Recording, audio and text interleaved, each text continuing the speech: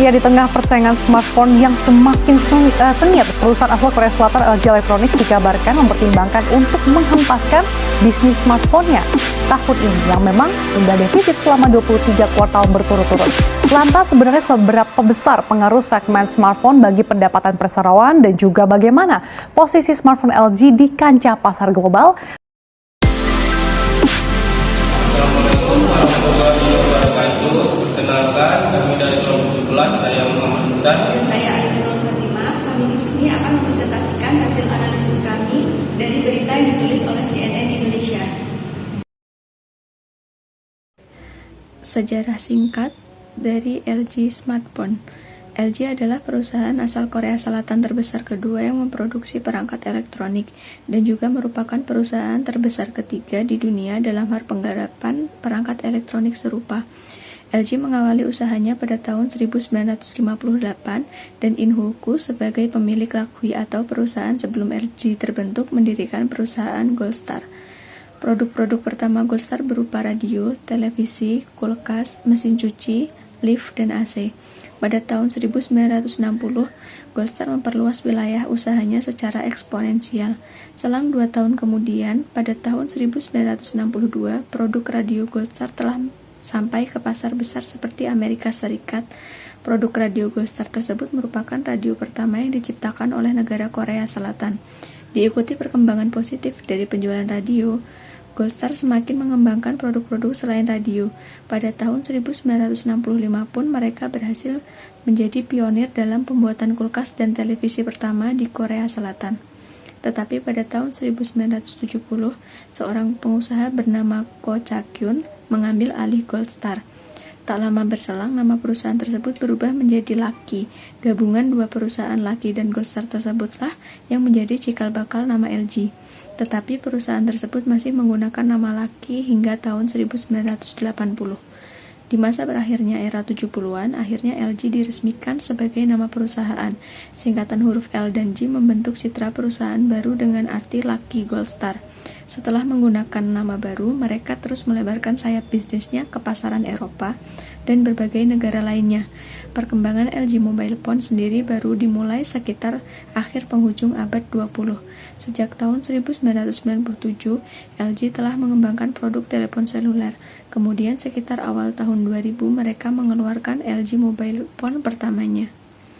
Tepat pada tahun 2003, LG tercatat sebagai produsen CDMA teratas. Sementara itu, pada tahun 2007, LG mendemonstrasikan teknologi standar TG MIMO untuk pertama kalinya. Kemudian, pada tahun 2008, perusahaan tersebut mengalami perubahan bertahap dari LG Goldstar. Pakem Lucky yang selama ini selalu menemani brand tersebut mengalami penambahan identitas dengan kalimat Life's Good di bawah logonya. Dengan perkembangan sistem operasi komputer yang tengah berkembang pada ponsel-ponsel pintar saat ini, LG pun turut menelurkan produk-produk terkini. Sebut saja pada tahun 2011, LG merilis tablet dan ponsel Android pertamanya secara resmi. Sementara itu, pada awal tahun 2012, LG berhasil merilis tablet dengan kamera 3 dimensi pertamanya. Dan masih di tahun yang sama, LG akan meluncurkan smartphone pertama yang menggunakan prosesor buatan Intel. Seiring berkembangnya teknologi, smartphone tidak lagi dianggap barang mewah oleh masyarakat. Bahkan kebutuhannya pun tak hanya untuk berkomunikasi lagi. Smartphone telah menjadi suatu kebutuhan yang harus dipenuhi oleh masyarakat. Bahkan, smartphone saat ini sudah menjadi bagian dari lifestyle di kalangan masyarakat. Oleh karena itu, smartphone menjadi bisnis yang sangat potensial bagi para pelaku bisnis dunia. Bisnis smartphone yang semakin menjamur ini akan membuat persaingan antar vendor smartphone menjadi lebih ketat. LG Electronics merupakan perusahaan asal Korea Selatan yang masuk ke Indonesia sejak tahun 1990. LG mempunyai visi yang kuat untuk menjadi perusahaan elektronik nomor 1 di Indonesia. LG mempunyai anak brand LG Mobile Communication yang khusus memproduksi smartphone. Mulai dari flip cellphone, slide cellphone, touchscreen, cellphone, serta smartphone.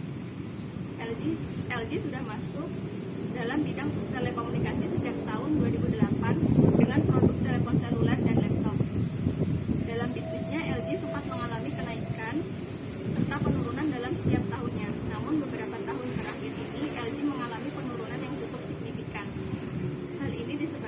hadirnya beberapa brand baru seperti Oppo, Asus, Xiaomi, Coolpad, Lenovo, bahkan brand lokal seperti Polytron, Evercost, Advan, dan Micro yang menawarkan fitur menarik dengan harga murah yang menyasar konsumen kelas menengah ke bawah, di mana pangsa pasar milik LG tersebut perlahan direbut oleh kompetitor tersebut.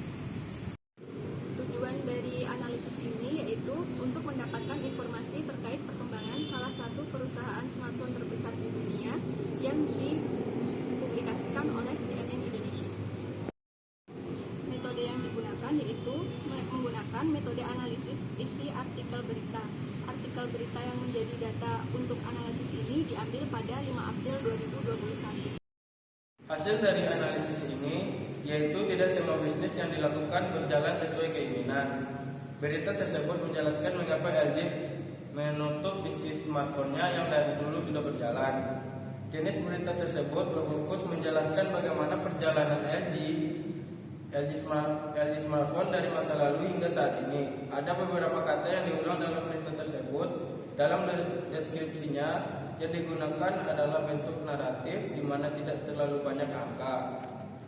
Namun dalam berita tersebut bentuk menyertakan sumber-sumber dari informasi yang mereka dapatkan sehingga pembaca tidak mengetahui siapa yang memberi informasi tersebut.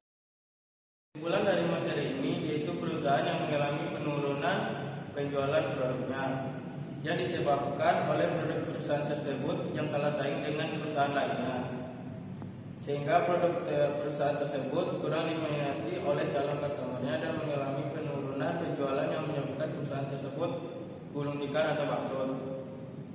Sekian presentasi dari kami. Apabila ada